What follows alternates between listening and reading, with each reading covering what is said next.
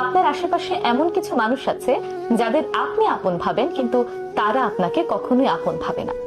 এমন মানুষগুলো চেনার 4টি উপায় আজ আমি আপনাদের বলে দিচ্ছি। 1 নম্বর, যারা প্রয়োজনে শুধু আপনার খোঁজ রাখে।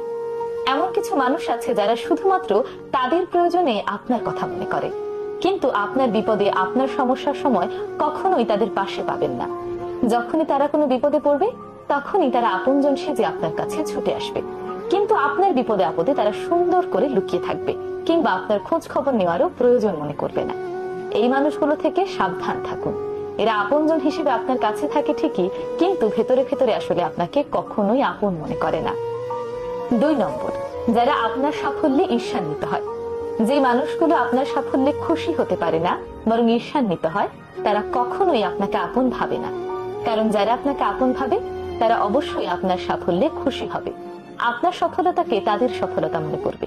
কিন্তু কিছু মানুষ দেখবেন আপনার আপন সেজে আপনার পাশে বসে থাকবে, কিন্তু আপনি সফল হলে কখনোই তাদের মুখে আপনি হাসি দেখবেন না।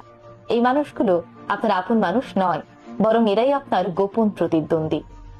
3 নম্বর, যারা শুধুমাত্র আপনার কাছ থেকে সুবিধা নিতে চায়। কিছু কিছু মানুষ আপনার সাথে বন্ধুত্ব করবে শুধুমাত্র তাদের কোনো সুবিধার জন্য। হতে পারে আর্থিক সুবিধা, সামাজিক সুবিধা, কিংবা অন্য যে কোনো রকম সুবিধা।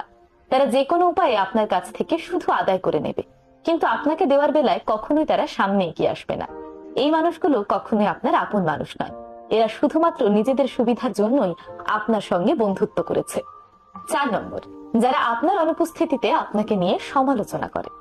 যারা আপনাকে আপন ভাবে, তারা আপনার অনুপস্থিতিতে আপনার সম্মান রক্ষা করবে, কিন্তু যারা আপনার অনুপস্থিতিতে আপনাকে নিয়ে বদনাম করবে, সমালোচনা করবে, বুঝে নেবেন এরা কখনোই আপনাকে আপন ভাবে না, বরং এরা আপনার জন্য ভীষণ বিপজ্জনক হতে পারে। সুতরাং এই 4 ধরনের মানুষকে আপন ভাবা থেকে বিরত থাকুন এবং এদের থেকে সতর্ক থাকুন।